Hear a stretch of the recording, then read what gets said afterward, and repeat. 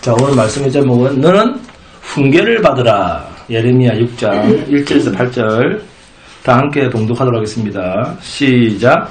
베냐민 자손들아 예루살렘 가운데로부터 피난하라. 드고아에서 나팔을 불고 벳핫게렘에서 깃발을 들라. 재앙과 큰 파멸이 북방에서 엿보아 오미니라. 아름답고 우아한 시온의 딸을 내가 멸절하리니 목자들이 그 양들을 몰고 와서 주위에 자기 장막을 치고 각기 그 처소에서 먹이로다. 너희는 그를 칠 준비를 하라. 일어나라. 우리가 정오에 올라가자. 아하 아깝다. 날이 저물어 저녁 그늘이 길었구나. 일어나라. 우리가 밤에 올라가서 그 요새들을 헐자 하도다. 만군의 여호와께서 이와 같이 말하노라. 너희는 나무를 베어서 예루살렘을 향하여 목책을 만들라. 이는 벌받을 성이라. 그 중에는 오직 포악한 것뿐이니라. 샘이 그 물을 솟구쳐 같이 그가 그 악을 드러내니 폭력과 탈취가 거기에서 들리며 질병과 살상이 내 앞에서 계속하느니라. 예루살렘아 너는 훈계를 받으라. 그리하지 아니하면 내 마음이 너를 싫어하고 너를 황폐하게 하여 주민이 없는 땅으로 만들리라. 아멘.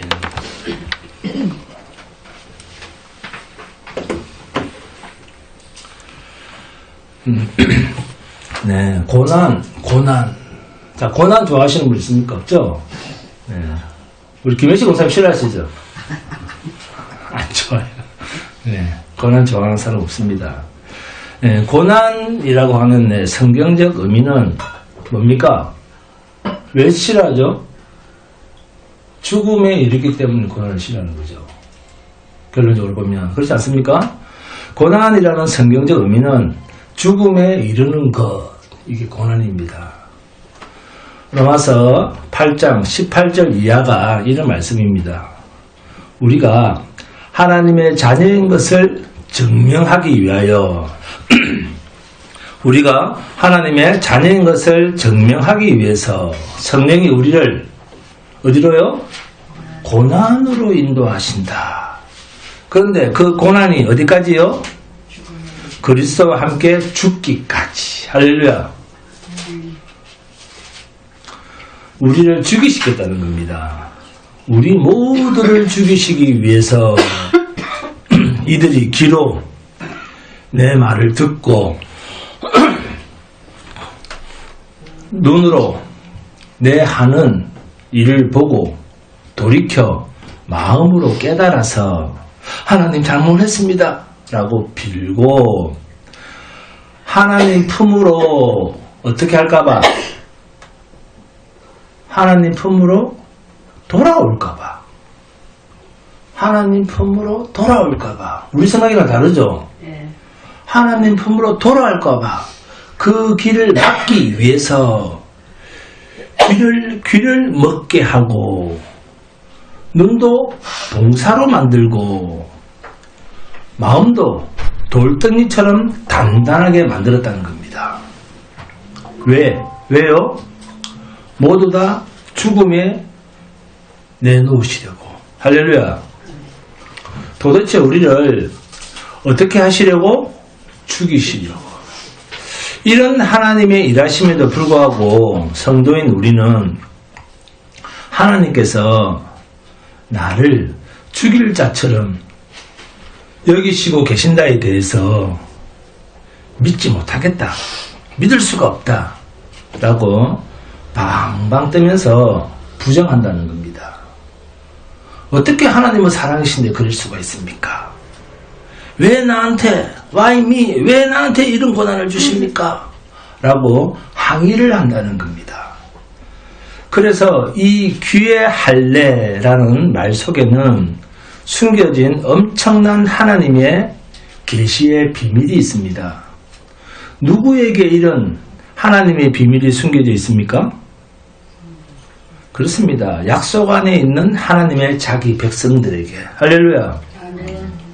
세상 사람들은 예수 믿지 않는 사람들은 아예 처음부터 하나님의 음성을 들을 수도 없고 또 들으려고 하지도 않고 깨달을 수도 없고 볼 수도 없고 봐도 더러운 똥 쳐다보듯이 교회를 스쳐 지나가게 되어 있는데 하나님의 말씀을 깨달아서 생명의 화합을 할 수 있는 그런 대상이 아닙니다. 믿지 않는 저들은 이미 죽음으로 내버려진 자들입니다. 유기된 자들입니다. 그러나 하나님께서 이사야 선지자를 통해서 유다와 예루살렘에 있는 하나님 자기 백성들에게조차 이러한 듣지 못하는 조치를 하신 것은, 그러니까 하나님의 자기 백성인데 하나님의 말씀을 들을 귀를 주지 않는 거예요. 그러니까 이렇게 들을 귀를 주지 않는 이런 조치를 하신 것은 아주 중요한 비밀이 그 안에 담겨있기 때문입니다. 그 내용이 이사야서 6장입니다. 그러면 이스라엘 백성을 듣지 못하게 하신 하나님의 숨겨진 의도는 무엇일까요? 임마누엘입니다. 임마누엘. 메시아 예수가 하나님의 뜻 안에 숨겨져 있습니다. 그래서 이사야서 6장 다음에 8장, 9장 계속해서 이사야서에 대한 출생의 비밀이 등장을 합니다. 그래서 이사야서를 끝까지 읽어보시면 이스라엘 자기 백성들을 하나님께서 진멸하시고 죽이시는 이유가 왜죠? 왜 다 하나님을 믿는다는 자기 백성들을 그렇게 막 진멸하고 고난 속에 집어넣다 싹 죽여버립니까? 왜? 예수. 약속의 자손의 등장을 위하여 단수지만 복수의 의미를 가진 패밀리, 복수이지만 단수의 의미를 띤 거룩한 한 씨의 등장, 이스라엘. 약속의 백성들을 통칭해서 패밀리, 그 가족을 죽이신다는 말 속에 그루터기는 독생자 예수 그리스도의 죽으심을 감추고 있는 계시의 비밀이 그루터기입니다. 그러니까 이스라엘이 죽었다는 것은 이스라엘이 저렇게 멸망을 당해 죽었다. 이스라엘이 죽었다는 것은 그 이스라엘의 실체적 단수인 누가 죽었다는 겁니까? 약속의 자손인 예수 그리스도가 죽었다는 겁니다. 그러면 이스라엘의 대표 인격이 누구라는 겁니까? 예수라는 겁니다. 예수가 우리 대표예요. 그래서 이스라엘이 진미를 당해서 죽었다는 것은 예수 그리스도의 죽음을 내포한 말입니다.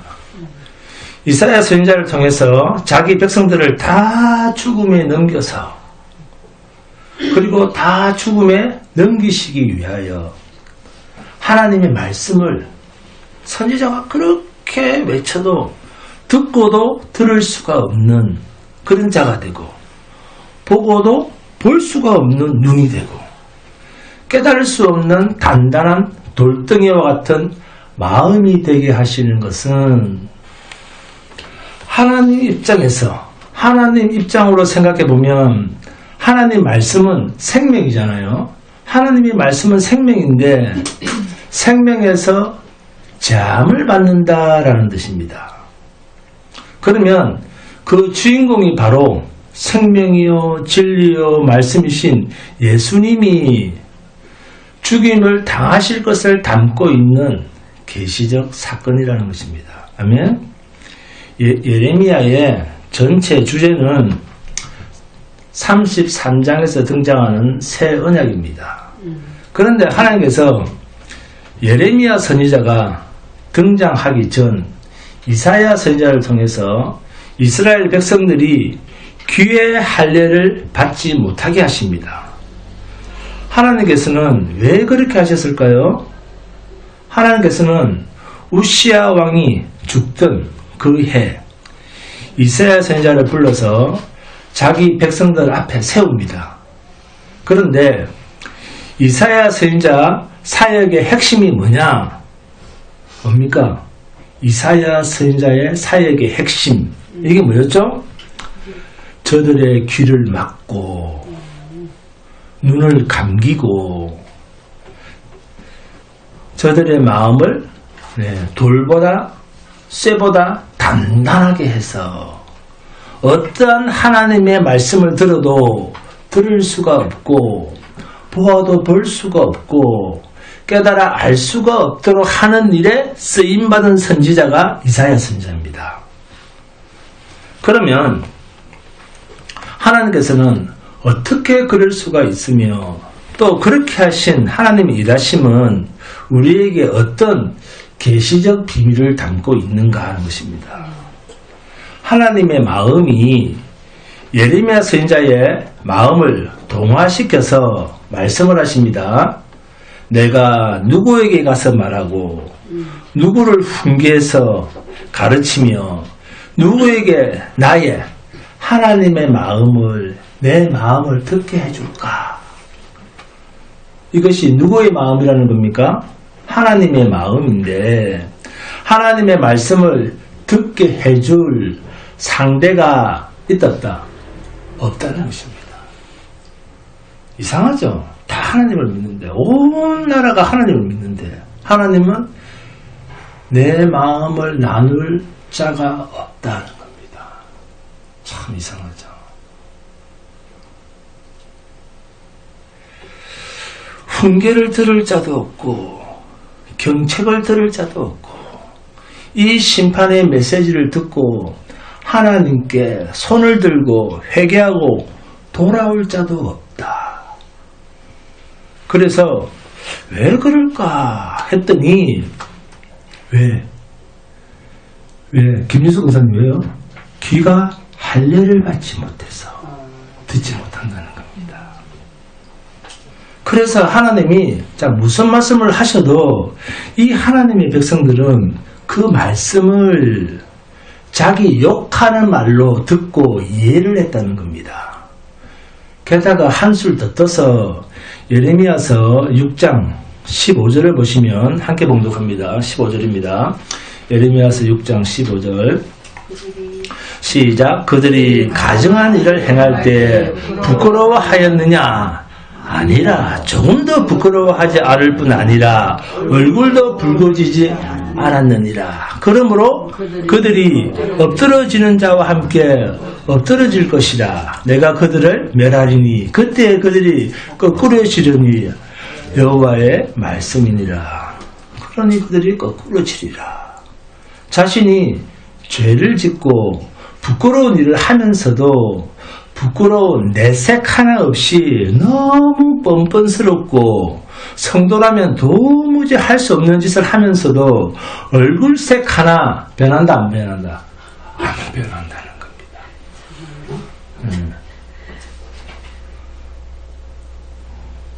그래서 왜 그런가 했더니 하나님께서 자기 백성들을 그렇게 만들어 두셨다는 겁니다.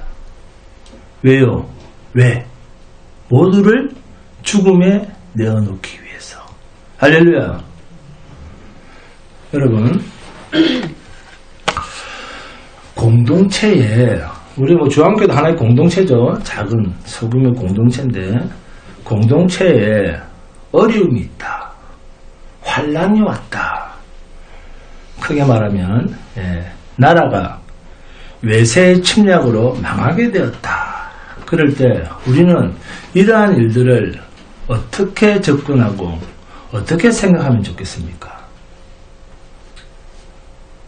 하나님이 주인이신 신자의 인생들에게 지금 바벨론이 쳐들어와서 엎어지고 자빠지고 나라가 빼앗기고 난리가 났습니다. 그럴 때 성도는 어떤 생각을 가져야 됩니까? 만약 북한이 쳐들어와서 지금 나라가 난리가 났습니다. 우리 성도는 어떻게 생각해야 됩니까?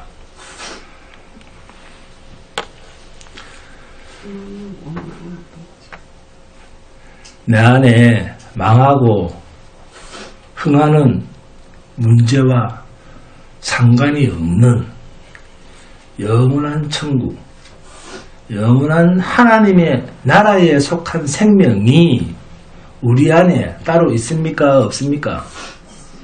있습니다. 그러면 뭐가 걱정할 것이 있습니까? 그래도 평안입니다. 이것이 성도입니다. 세상에서는 육으로 말미암아 당하는 불심판과 같은 고통이 있다 할지라도 그것은 나와는 아무 상관이 없는 이야기로 굳게 하나님의 약속을 붙들고 사는 자를 성도라고 합니다. 그런데 이것이 됩니까? 안 됩니까? 이것이 안 되죠. 이것이 안 되니까 뭐가 생깁니까? 근심이 생기고 걱정이 떠날 날이 없는 겁니다. 우리는 오늘 대표기도 들었듯이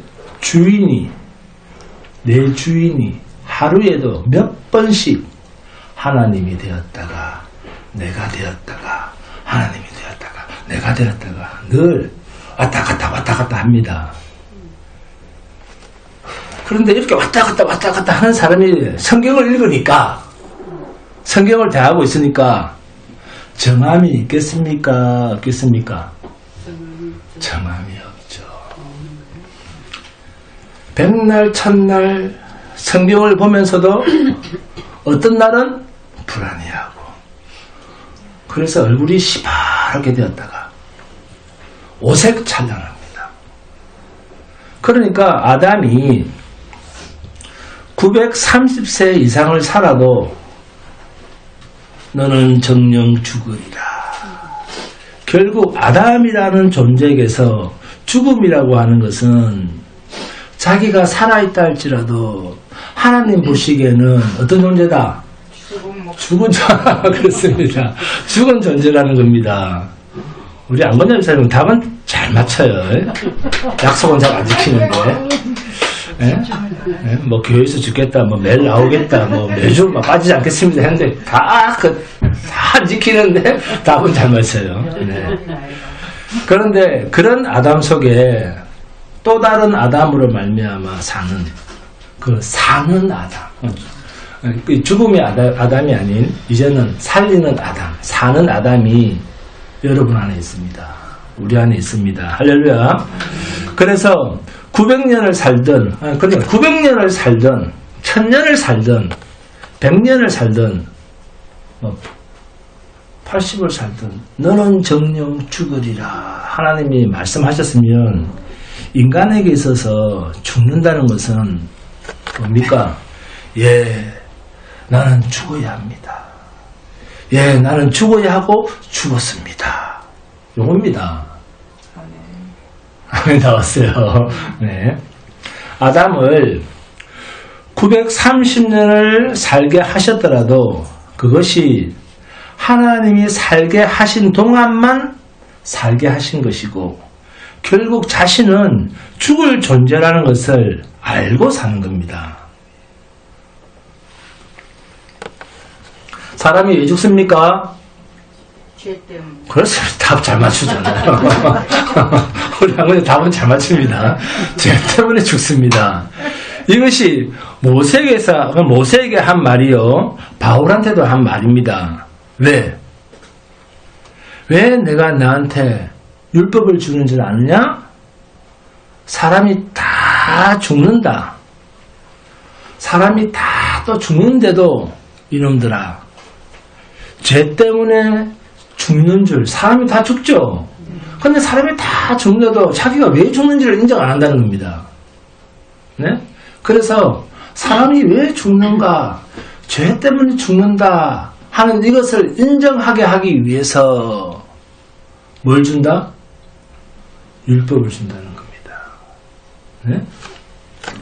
근데 인정을 안 한다는 겁니다. 네? 그래서 내가 너한테 사람이 왜 아프고 죽는지를 정확하게 알게 하기 위해서 보여준다. 그거 눈으로 보여줄게. 그게 율법입니다. 자, 법은 자기를 위해서입니까? 다른 의미 때문입니까? 사람은 다 죽는데 죽는 이유는 죄 때문에 죽는다. 이 답을 가르치는 것이 율법입니다. 그런데도 사람이 죽는데 죄 때문에 죽었습니다. 죄 때문에 죽습니다. 라는 사람이 얼마나 있냐는 겁니다. bil 때문에. 아파서 죽었다. 말기암 때문에 죽었다. 교통사고 때문에 죽었다. 한결같이 다 그래서 억울하다는 겁니다. 네? 좀 더 살았으면 좋겠습니다, 하나님. 98살 말고요, 2년만 더 채워주세요. 그래서 딱 100살만 채워주세요. 100살은 채워주십시오. 100세 시대라 하잖아요. 100세 시대입니다. 우리는 100세를 산다고 해도 오늘 태어나서 내일 죽는다 해도 사람이 왜 죽는다? 죄 때문에 죽습니다. 자, 기독교에서 말하는 기도. 자, 그러면 기도라는 것이 무엇입니까? 주님, 저는 무엇을 해도 불합격품입니다. 라고 고백하는 것이 기도입니다. 그런데 이런 자백은 하지 않고 주님, 그런 고백 없이 저를 그냥 고쳐주십시오. 우리 좀 잘 되게 해주십시오. 우리는 이런 것을 기도라고 새벽부터 하고 있습니다. 하나님은 이 땅에 속한 우리를 죽이시려고 하는데, 그래서 눈이 멀고 귀를 멀게 하고 마음을 닫아버리는데, 그런데 우리는 제발 나를 제대로 살게 해주시되 하나님 마음에 쏙 들도록 하나님이 만들어서 그렇게 나를 살게 해주십시오. 이렇게 소리를 내는 것을 우리는 기도라고 생각한다는 거죠. 나를 좀, 나쁜 나를 좀 바로 좀 살게 해주십시오. 자, 나쁜 말입니까? 좋은 말입니까? 좋은 말 같아 들리죠? 그런데도 하나님은 그런 기도를 들으시면 뭐라고 하시는지 알아요? 아이고 이놈아 니 잘났다 그럽니다.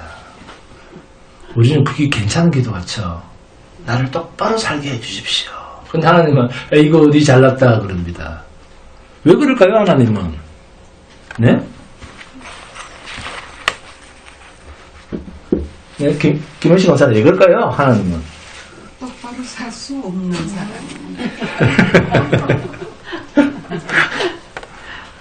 우리 너무 수준이 높아요.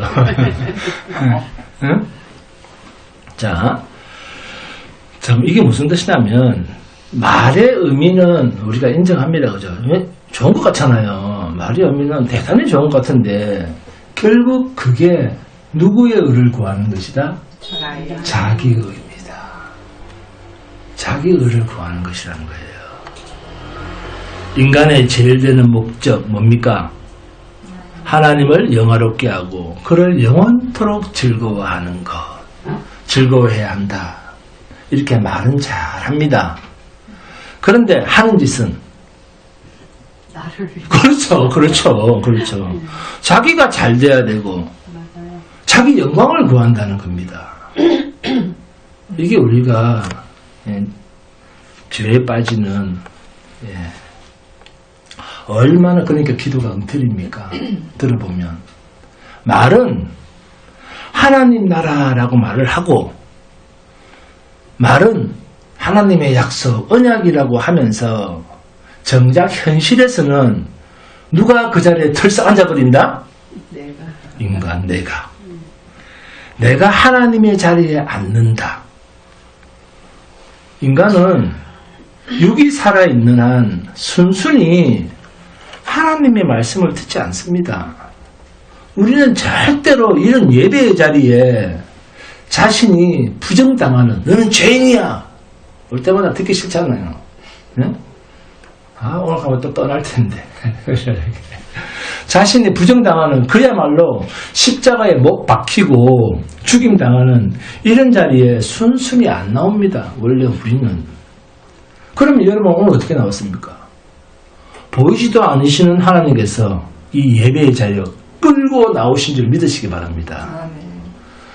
하나님이 열심히 이 예배의 자리에 앉힌 것입니다. 이것이 영의 생각, 영의 일입니다. 그런데 우리 육으로는 느낄 수가 없어요. 죄된 육으로는 하나님의 선하신 일을, 거룩하신 일을 느낄 수 없습니다. 왜? 죽어버렸기 때문에. 영의 생각과 영의 일이란 하나님이 일하시고 하나님만 나를 온전히 주장하셨다 이 말입니다. 이 말이 유대인 출신 바울 사도가 한 말입니다. 이스라엘 백성과 유다 백성이 하나님 앞에서 여호와 신앙, 이 여호와 신앙의 종교 생활을 안 한 게 아니에요. 우리보다 다 열심히 특신을 한 사람입니다. 자기 딴에는 종교 생활을 한다고 했는데 그 모든 종교 생활이 누구 동의로 했다? 자기 의지, 자기 본의로 했다. 이 말을 유대 출신 바울이 그들은 육신의 생각과 육신의 일을 동무했다라고 증언합니다. 성도는 생명의 간섭하심에 따라 살아야 합니다. 성령의 간섭하심. 여기에 따라서 살아야 합니다. 말은 맞습니다. 그런데 이것은 내 의지로 되는 것이 아니라 하나님의 의지대로 되는 것입니다. 그런데도 이런 말을 어떤 목사들이 성도들한테 적용을 해서 여러분 성령을 따라 삽시다. 자, 말은 맞습니까? 틀립니까? 말은 맞는데 엉터리죠. 어떻게 성령의 일하심을 따라 사는 것이 인간인 내 선택사항입니까? 옵션처럼 그렇게 쉽게 말할 수 있는가 하는 거예요. 세상에서 완전히 망한 폭삭 망한 사람들은 세상에 A와 B 중에 자기 스스로 망하는 B, 이 B 플랜을 선택해서 그렇게 망했습니까? 천만의 말씀입니다. 우리는 나 잘 되는 A 플랜, A를 선택하고 싶어 합니다. 성령께 붙들려서 살고 싶습니다. 그러면 그게 다 뭐다? 창세전에 하나님께서 이미 작정하신 일이라는 겁니다. 그렇기 때문에 내가 하나님 앞에 거들먹거린다고 되는 일이 아닙니다. 그런데도 뭐라고 합니까? 소원하십시오. 결단하십시오. 부르심에 반응하십시오. 이렇게 하는 자체가 인본주의고 우상노름이고 종교놀이입니다. 하나님의 일은 인간의 의지나 인간의 지식이나 열정으로 취사 선택할 수 있는 사항이 아닙니다. 성령의 일하심으로만 된다는 말의 뜻은 하나님의 일방적인 자기 열심, 자기 사랑, 자기 일로서만 되어진다라는 말이에요. 그래서 참 선지자, 그러니까 하나님과 방불한 선지자는 예수 그리스도 한 분뿐입니다. 우리가 거짓 선지자라고 할 때 거짓이라는 성경의 뜻은 참에 가까운 비슷한 그런 뜻이에요. 이것을 뭐라고 합니까? 한 단어로 미혹이라고 합니다. 그런데 여기에 대한 분노가 없더라고요, 여러분. 그래서 미혹이라고 하는 말은 진리와 가장 비슷한 것, 이 말입니다. 얼마나 비슷하면 그것을 성경에서 뭐라고 합니까? 광명의 천사까지, 이렇게까지 표현을 합니다. 그래서 좀 더 정확히 말하면 진리와 다른 것은 이단이 아니고 이교입니다. 이교. 이단은 누굽니까? 이단은 우리 자신입니다. 우리가 이단이에요. 우리는 잘 가다가 끝에 가서 다릅니다. 이것이 미혹이고 이단입니다. 하나님 앞에서 우리 자신이 이단 같은 신자다 그 말입니다. 우리는 아무리 똑같이 하려고 해도 예수님과 똑같이 할 수가 없습니다. 예수님과 나는 끝이 달라도 한참 다릅니다. 그래서 예수님이 십자가에서 뭐랍니까? 저들은 자기가 하는 일을 안다 모른다. 알지 못합니다. 다 예수 믿는데. 어렸을 때 성경 다 잘 외우는데 예수님이 십자가에서 그렇게 얘기합니다. 저들은 자기가 하는 일을 알지 못합니다. 그러니 뭐 해주십시오? 용서해 주십시오. 그러면서 어떻게 하십니까? 다 이루었다 하십니다. 예수님이. 예수님만이 하나님께서 성도예요. 다 이루었다. 그 성도 속에 우리가 들어가는 거예요. 예수님 속으로. 그래서 in Christ인 것입니다. 주님은 다 이루었다.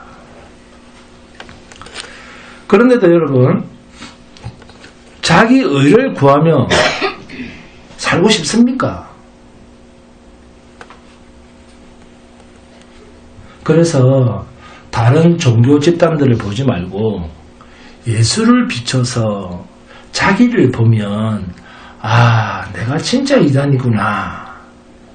이런 고백이 금방 나옵니다.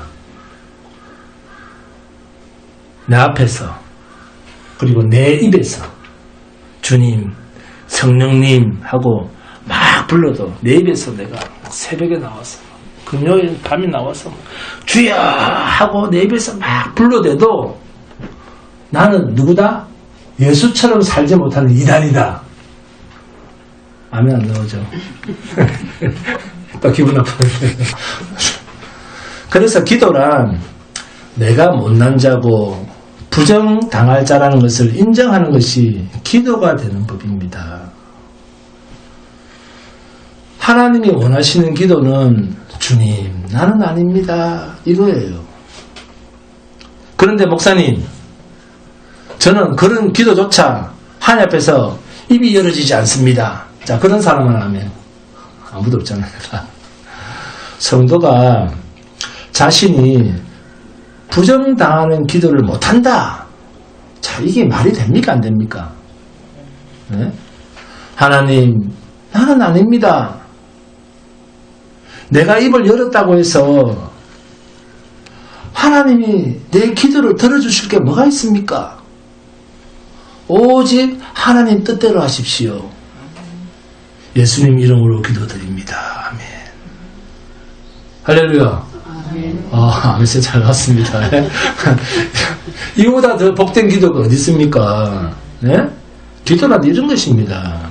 우리 한번 멋진 기도 한번 만들어 봅시다. 네. 하나님, 제가 어떻게 주님 앞에서 입을 열 수가 있겠습니까? 하나님, 내가 하나님 앞에서 무엇을 달라고 할 자격이라도 있습니까? 그냥 저를 죽여주십시오. 이게 기도 아닙니까? 정말 우리는 하나님 앞에 무엇 하나 인정받을 것이 없습니다. 아멘? 예레미야서 6장 1절입니다. 함께 복합니다. 예레미야서 6장 1절 시작. 베냐민 자손들이 예루살렘 가운데로부터 피난하라. 드고아에서 나팔을 불고 베탑게렘에서 깃발을 들라. 재앙과 큰 파멸이 북방에서 엿보아오미니라. 1절에 피난하라. 어디로 피난합니까? 드고아에서 나팔을 불고 베탑게렘에서 깃발을 들라. 자, 장소가 나왔는데 예루살렘 남쪽입니다. 드고아는 아모스 선지자의 고향입니다. 자, 여러분, 예루살렘에서 남쪽으로 내려가면 따뜻한 남쪽 나라로 가면 정말로 남유다 백성들의 진정한 도피성이 되겠습니까? 안 됩니다. 그렇다면 이 1절 말씀 속에 하나님의 어떤 뜻이 들어가 있다는 겁니까? 베탑게렘에서 깃발을 들라. 베탑게렘은 베들레헴으로 가는 도성으로서 높은 곳에 위치해 있습니다. 높은 그곳에서 깃발을 들라, 즉 봉합불을 켜라 그 말입니다. 그런데 이런 말은 전쟁 용어입니다. 그러면 어차피 예루살렘 성은 무엇을 전제로 한다는 말일까요? 예루살렘은 멸망을 당한다라는 것을 분명히 전제하고 하시는 말씀입니다. 그러면 도피하라, 피난하라 라는 이러한 명령법적 표현은 장소를 옮겨서 피하려고 하는구나, 그렇게 생각하면 안 된다는 겁니다. 왜요? 예레미야서 4장 봅니다. 예레미야서 4장 1절에서 2절. 여호와께서 이르시되 이스라엘이 내가 돌아오려거든 내게로 돌아오라. 내가 만일 나의 목중에서 가정한 것을 버리고 내가 흔들리지 아니하며 진실과 정의와 공의로 여호와의 삶을 두고 맹세하면 나라들이 나로 말미암아 스스로 복을 빌며 나로 말미암아 자랑하리라 하면, 그러면 이런 모든 요구에 우리가 100% 응할 수 있는가? 그게 가능한가? 그래서 예레미야서 4장 4절입니다. 하게 봉독합니다. 시작. 유다인과 예루살렘 주민들아, 너희는 스스로 할례를 행하여 너희 마음 가죽을 베고 나 여호와께 속하라.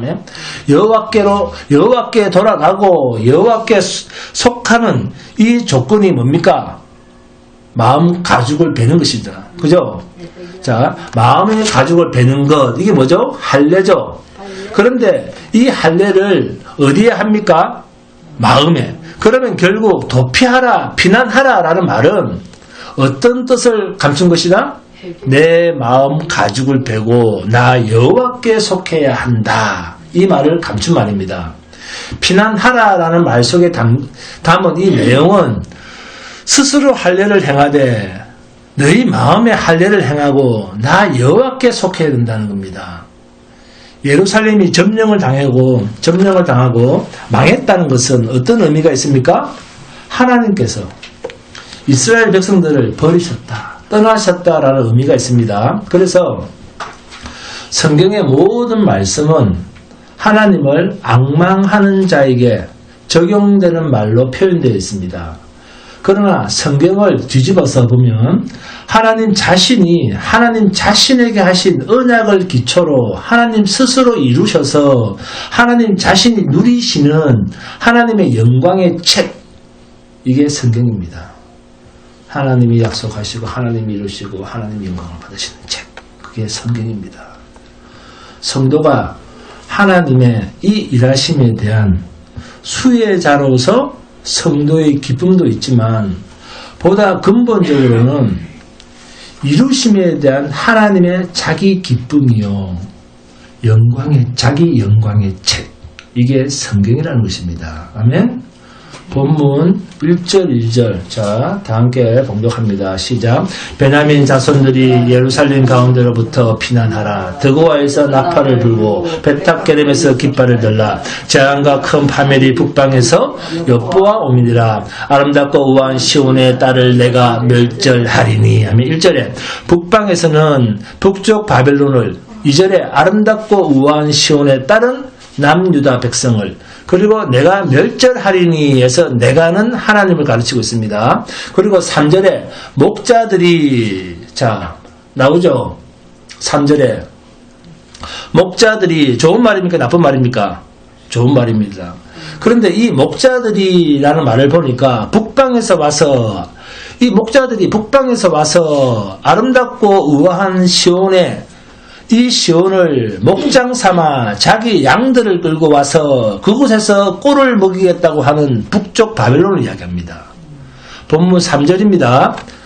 목자들이 그 양떼를 몰고 와서 주위에 자기 장막을 치고 각기 그 처소에서 먹이려다. 이 짓을 지금 누가 명령한다는 겁니까? 하나님께서. 야, 정말 너무 놀랍습니다. 하나님께서 자기 땅, 자기 백성, 자신이 임재하고 계시는 그 자리, 시온, 예루살렘 성을 멸절시키는 주체가 여호와 하나님 자신이시다는 말씀입니다. 그러면 하나님 자기 자신이 임재하고 계시는 바로 그 자리에서 하나님 자기 백성들의 패역과 배역으로 온 멸망 가운데, 온 열방 가운데에서 누가 이 비참함을 당하게 된다는 말입니까? 결국에는 하나님 자기 자신이. 예루살렘이 다친다라는 말은 하나님이 해침을 당한다 이 말과 같은 말입니다. 이스라엘이 거룩해서 하나님의 백성이 되었습니까?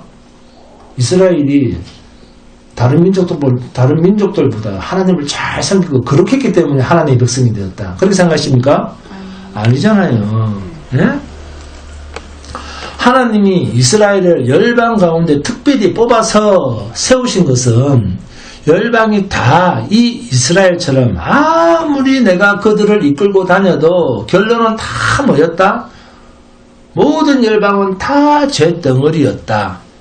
이것이 온 세상은 죄 아래에 있다는 증거요. 그 증거가 누구를 통해서요? 자기 백성들을 통해서 증명하고 계신 거예요. 그러니까 이스라엘 그 패역을 통해서 온 세상 열방이 이 이스라엘처럼 이렇게 패역하다 하는 것을 대표적으로 누굴 세워서? 자기 백성 이스라엘을 세워서 이 열방의 죄들을 하나님이 고발하시는 겁니다. 그런데 하나님이 택한 백성과 하나님을 믿지 않는 온 열방이 다 이렇게 하나님 앞에서 패역한 것은 왜 그럴까요? 이유가 뭘까요? 왜요? 왜? 서인미 검사님 왜? 그렇습니다. 죄된 세상에 놓여있기 때문에 모든 존재가 죄된 세상 속에 있기 때문에 이 세상이 불로 심판받아야 할 증거와 증명서를 자기 백성인 이스라엘의 그 행적, 그 패역을 가지고 하나님께서 모델로 삼고 계십니다. 이스라엘을 세워서 온 세상을 하나님께서 고발하시는 거예요. 응? 그리고 자신이 택한 백성들의 죄값은 하나님이 우리 대신 침략과 해침을 당해서 대속하시는 것입니다. 이 계시의 이중성을 예레미야서의 사건 속에서 우리에게 드러내 보여주고 있을 것입니다. 성경을 읽어도 이런 사실, 이러한 진리가 안 보이면 늘 어떻게 됩니까? 성경은 늘 하라 하지 말라로 처음부터 끝까지 되어 있기 때문에 이런 계시가 안 보이면 성경을 300독을 해도 상성벌학으로 보입니다. 인본주의로 보입니다. 인과응보로 보입니다. 율법으로 보입니다. 그래서 종교성 밖에는 성경이 보이질 않게 됩니다. 이스라엘 어느 한 구석에 하나님이 인정하실 만한 선한 구석이 있었다 없었다? 없었다. 전혀 없었습니다. 내가 거룩한 법을 주고 그리고 하나님이 눈에 보이도록 구름 기둥과 불 기둥으로 그리고 간섭하셨음에도 불구하고 이들이 이렇게나 죄덩어리인데 믿지 않는 너희들은 이미 예수 믿지 않는 이들은 이미 그래 믿어도 이 정도인데 믿지 않는 너희들은 이미 법 바깥에 있는 자들인데 그런 너희들한테 내가 무슨 할 말이 있겠느냐 이런 식으로 하나님이 매도하시는 것입니다. 이것이 요한계시록에서 말하는 세상에 대한 하나님의 진노입니다. 하나님이 이스라엘에게 율법을 던졌으니까 하나님이 간섭하시니까 인간이 점점 더 성화되어서 거룩한 삶을 살게 되고 이따위 말도 안 되는 소리를 하니까 종교놀이가 자기 의가 마치 신앙인 것처럼 착각을 하며 사는 거예요. 우리를 열방에 뭐로 삼았다고요? 이스라엘을 열방의 증거물로 삼았다. 그 죄의 증거물로 삼았다. 그리고 이스라엘도 동일하게 한순간 동일한 불심판, 둘째 심판으로 떨어져야 되는데 택한 우리를 위하여 우리 대신 하나님만 그 불심판 앞에 던져져서 우리를 대속하시고 그분 스스로 생명을 취하심으로 그 생명에 우리가 연합되어 하나님 나라의 영원한 백성으로 존재케 된 것입니다. 우리 노력 하나도 없습니다. 여러분이 태어나기 몇 년 전에? 2000년 전에 뭐 하셨다? 다 이루셨다. 그런데 여기에 무슨 인간의 종교놀이와 인간의 의지, 인간 판단이 들어가고 자시고 할 게 뭐가 있습니까? 이스라엘이 남유다가 계속해서 이런 우상노론과 종교놀이와 이방신을 섬기고, 자, 이방신을 섬겼다는 말은 이방인처럼 종교생활했다는 것입니다. 뭐로요? 자기 의로. 자기가 잘 되고자 상선바락, 인과응보로 계속 치달았다는 것입니다.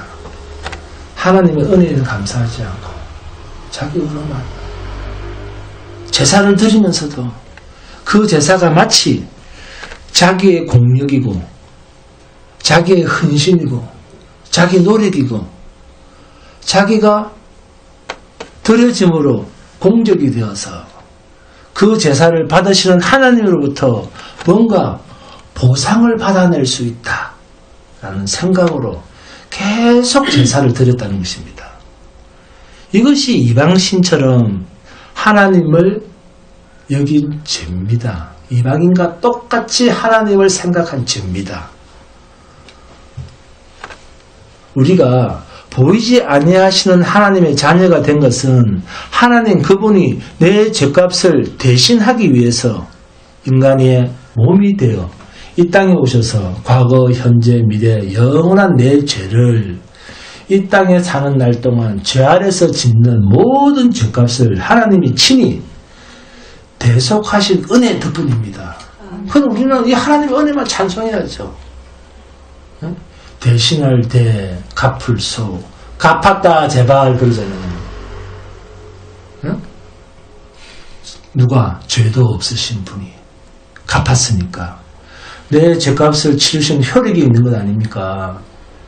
그런데 여기에 우리가 뭘 끼어들어서 죄값을 갚았으니까 이제는 하나님의 백성이 되었으니까 거룩하게 살자, 이런 말을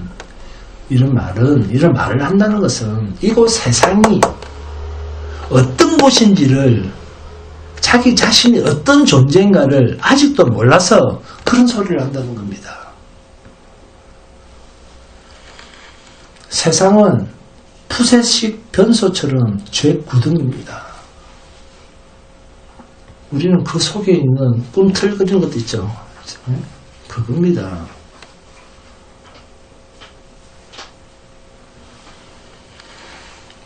성경이 죄가 왕노릇하는 곳이다 라고 하지 않습니까? 이 세상을.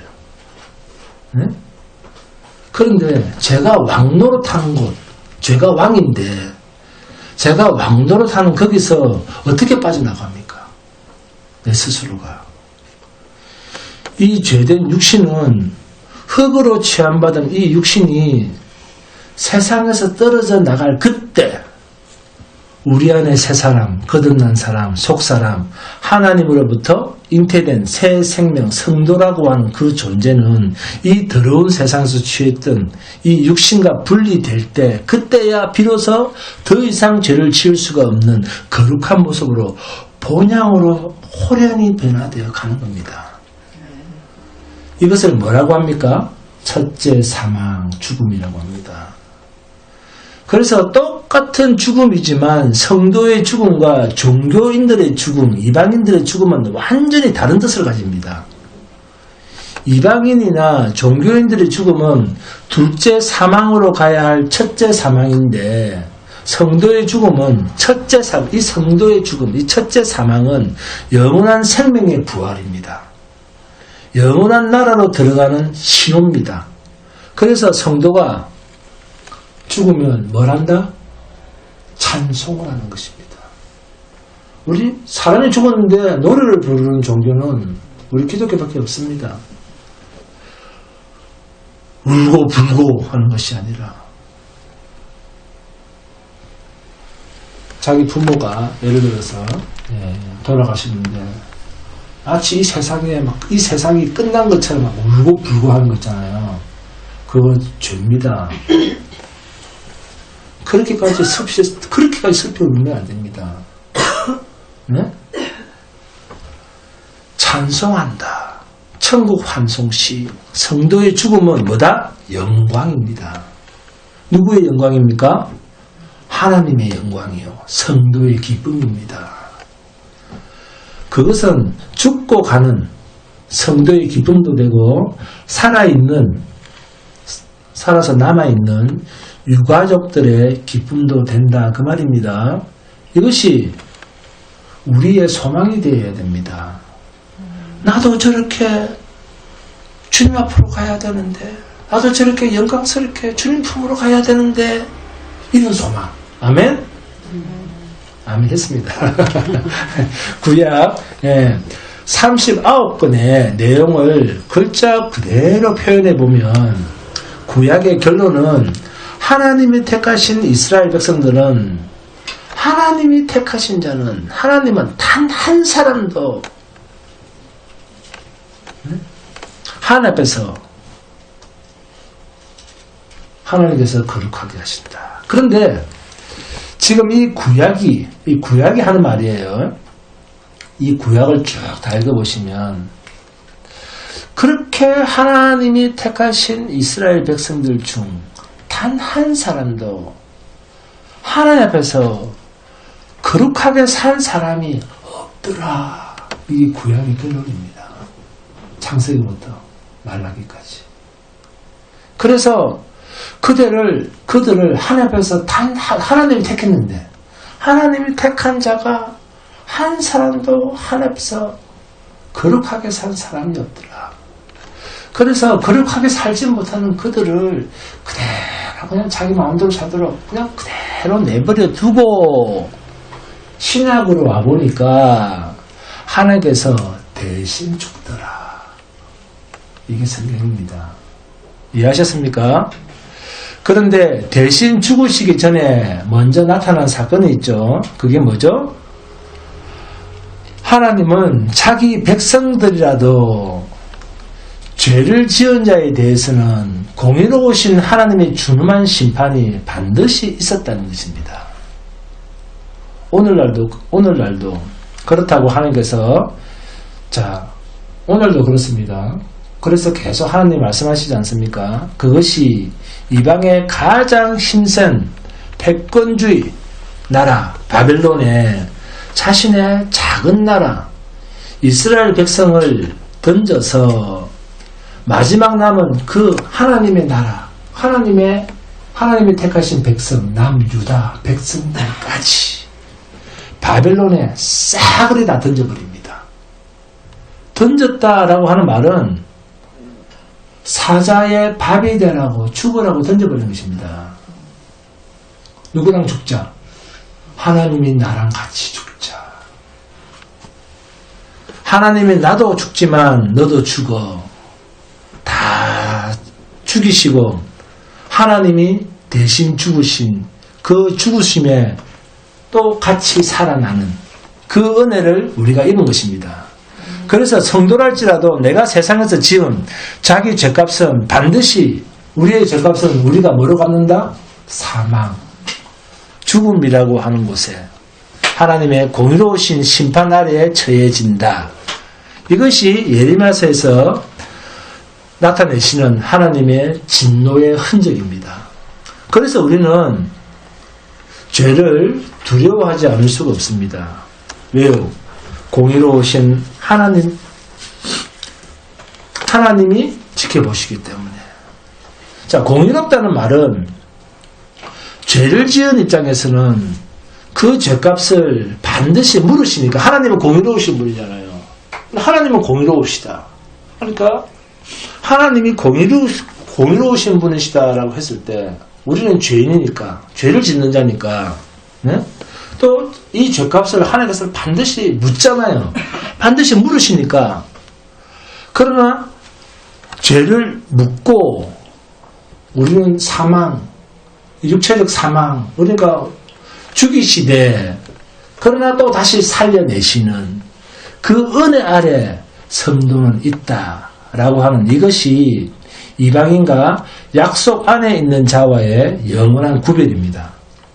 그래서 선지서는 호세아든 예레미야든 에스겔서든 아모스도 그렇고 모든 선지서들이 하나같이 하나님의 택한 백성들의 패역과 배반과 배역과 배신과 타락 이런 것에 대해서 하나님께서 진노하시는 내용들이 너무너무 무섭게 나타납니다.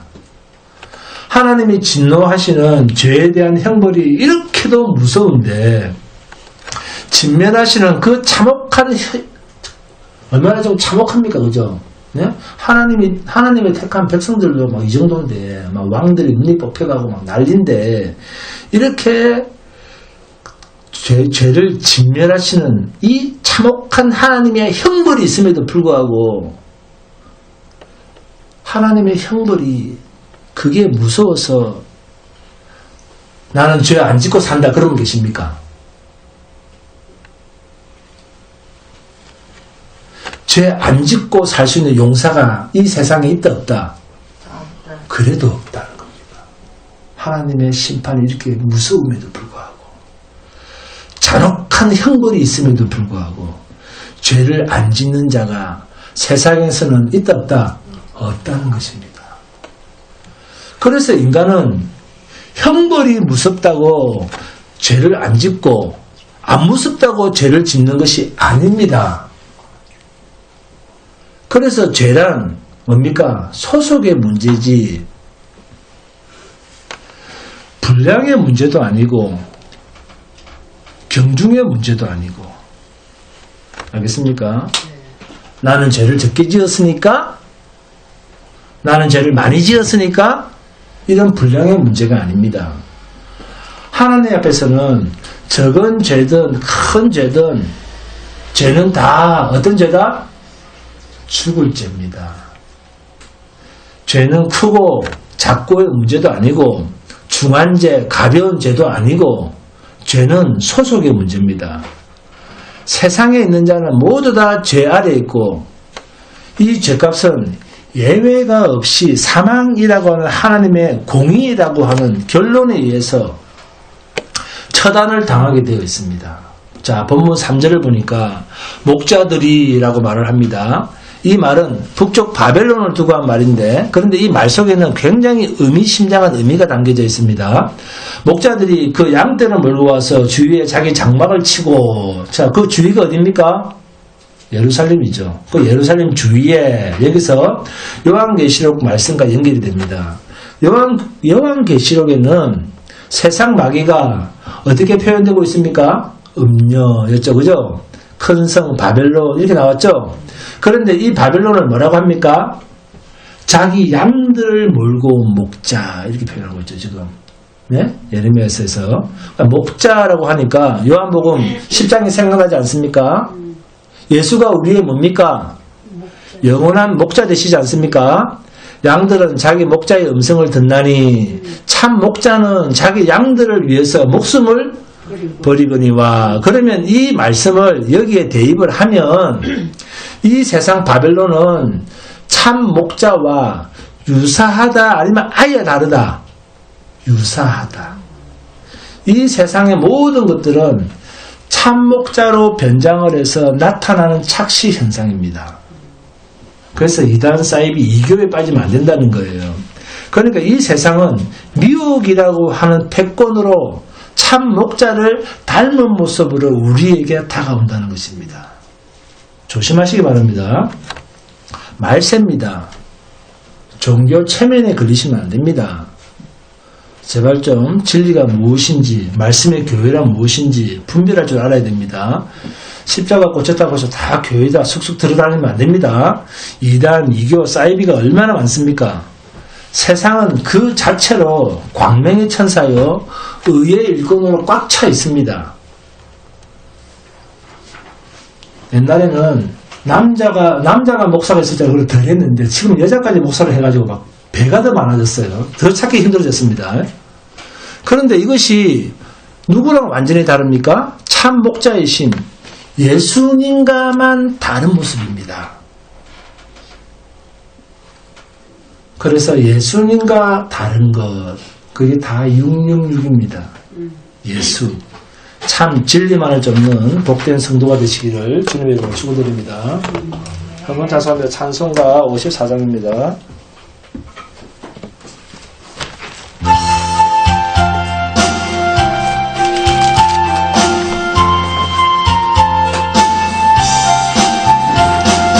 주여 복을 구하오니 편히 가게 하시고 사람마다 주례로 이기도록 하시고 광야 같은 세상에서 항상 인도하소서.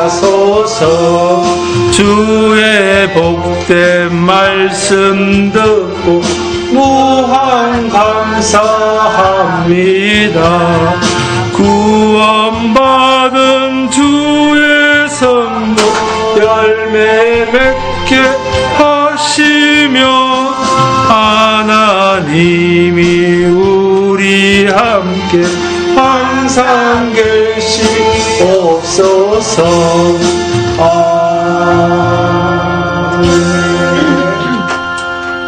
한번 기도하겠습니다. 예루살렘아 너는 훈계를 받으라. 그리하지 아니하면 내 마음이 너를 싫어하고 너를 황폐하게 하여 주민이 없는 땅으로 만들리라. 아멘. 자비하신 아버지 하나님 진심으로 감사를 드립니다. 이 세상은 미혹이라고 하는 패권으로 참 목자를 닮은 모습으로 우리에게 늘 다가옵니다. 그럴 때마다 말씀의 분별력을 갖게 하여 주시고 이교, 사이비, 광명의 천사 이렇게 위장한 자칭 의의 일꾼들을 쏟아내어서 미혹에 빠지는 일이 없게 하시고 참 목자이신 예수님만 찬양하게 하여 주시옵소서.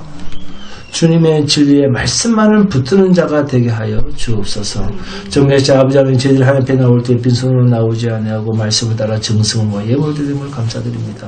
여기 우리 힘과 정성과 뜻을 모아서 바친 이 예물을 연락하여 주시옵소서. 그리고 이 예물을 통하여 하나님의 거룩한 사업에 쓰고도 남음이 있는 오병 역사가 나타나게 하여 주시옵소서. 정리하시고 우리 예수 그리스도의 이름으로 기도드립니다. 아멘. 모두 일어나주시기 바랍니다. 찬송가 380장입니다.